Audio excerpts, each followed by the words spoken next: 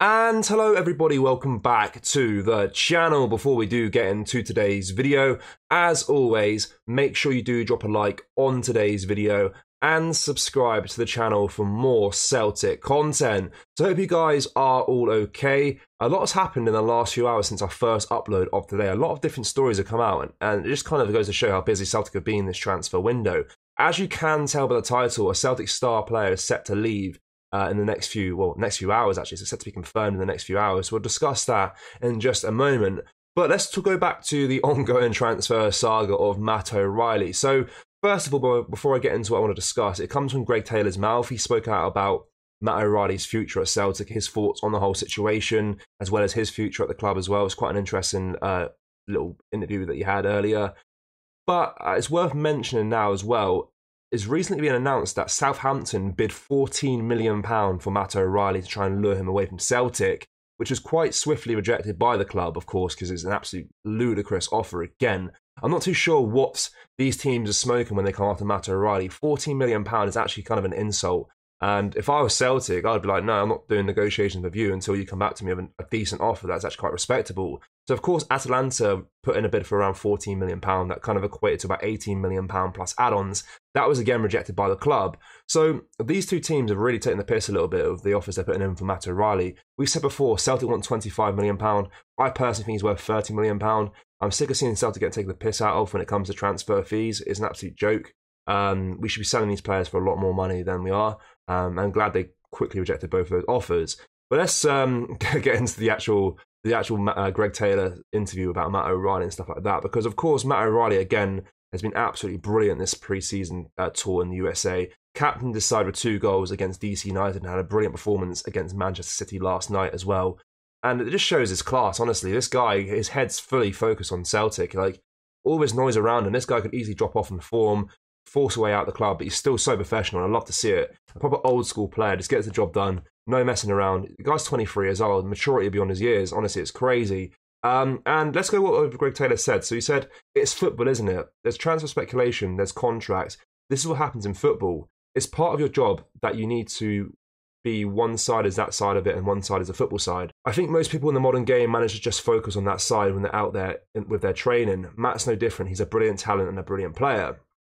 So Greg Taylor just kind of reiterating that Matt O'Riley is fully focused on the club, the mission at hand, which is to have a good pre-season tour and get into the season fully prepared and ready to go.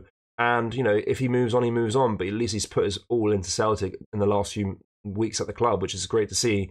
And Celtic fans will remember that when he leaves the club. You know, he will be fondly remembered by the fans for what he did for the club, the way he handled it so professionally as well. It's good to see.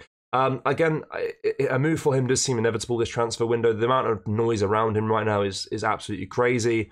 But I'm so glad Celtic are holding firm on their stance and not letting him go on a cheap, which is cool to see. So as for Greg Taylor quickly as well, it's worth mentioning, he said that contract negotiations are no further forward with his current deal set to expire next summer. Of course, he's our only real first team left back at the club, so we need to keep hold of him really, unless we find a better replacement for him. But of course, he's still very much at the club. He still seems pretty happy at the club. You know, I've kind of been harsh to Greg Taylor in the past. I respect what he does for the team. I don't think he's up to the standard of a Celtic player personally. I think he's probably one of our weaker positions on the pitch, left back. But, you know, he does the job for us, I suppose. But we should be looking to improve that area on the pitch at some point in this transfer window as well. Of course, we are back in another game on Saturday against Chelsea. Another big game at the Notre Dame Stadium. A lovely stadium, by the way, if you haven't seen it already. A really nice stadium. And we play against Chelsea on Saturday, so it should be a good game there as well. So let's discuss the player that's set to leave in the next few hours. It's about to be confirmed tonight, apparently. That is Benjamin Sigres, who's about to go to Rapid Bucharest, as, of course, Neil Lennon's recently joined there as a manager, and his first point of call was to get a new goalkeeper, and he's identified Benjamin Sigres as the ideal replacement. So, of course, we signed Sigres under Ange Postecoglou from Dundee United. He never managed to solidify his place in the squad, despite being considered one of the top goalkeepers in the league during his time at Dundee United. Sigres has already completed his medical at Rapid Bucharest, and with the formalities nearly finished, his transfer is expected to be officially announced as early as tonight, as Mark Hendry has reported on Twitter. So his departure from Celtic seemed pretty inevitable after we signed 2 goalkeepers this transfer window in Cincialo and Kasper Schmeichel. That put him down to 4th in the pecking order. He knew he was never going to get a game at the club. he knew beforehand, we even signed the goalkeepers, that he wanted to leave to get first team football, which I respect. You know, he's pretty open and honest. He said, I want to go get first team football. He could easily be taking a wage week in, week out, being a third choice goalkeeper, just training, but he wants to go and revitalise his career a little bit elsewhere. And it seems like he'll do that in Romania. So best of luck to him. This will be confirmed tonight or probably tomorrow morning, but it seems like it's happened pretty quickly as he's already passed his medical at the club. So, yeah, with Neil Lennon as well, it's expected that he will take their squad to the next level. Bucharest trying to get some players in through the door.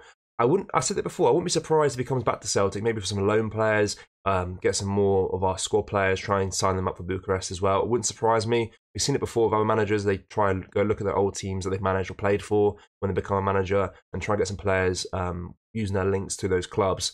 So, of course, Benjamin Sigres is the first of that. And I spoke recently about Admara Walker in the Austrian second tier. If a player is too high quality to go out on loan there, maybe go out to the Romanian First League at Bucharest under Neil Lennon and get some football. I think that could be a good move for a lot of our youngsters if they want to get some first team football elsewhere. It could be quite a good link to go to Bucharest under Neil Lennon, who you know, of course, is a very competent manager.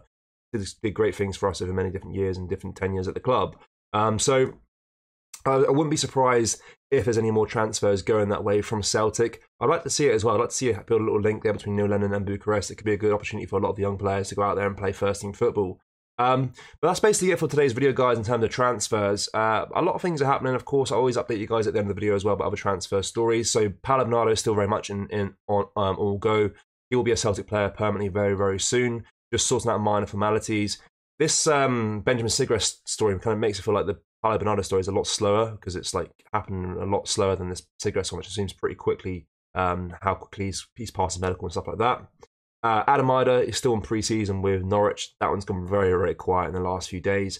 In terms of centre-back targets, no one's been identified in the last few weeks, which is a shame to see. It's definitely a position we need to improve upon. And left-back as well, again, same thing. Nothing's really come about with left-back situation either. Greg Taylor's still the first choice, and he will be the first choice player for left-back for this season as things stand. Hopefully they use some young players in that position if they don't sign anyone. I discussed that already. But yeah, let me know your thoughts on what we discussed in today's video. And as always, make sure you are subscribed to the channel for daily Celtic content because it's going to be a very, very busy time of this transfer window. A lot of news is happening, so it's going to be very busy. We'll cover it all here on this channel. And subscribe to the channel if you have not already. Make sure you do like the video. I'm getting confused with what I've said already. But yeah, like, subscribe, take care. Thank you. Bye-bye.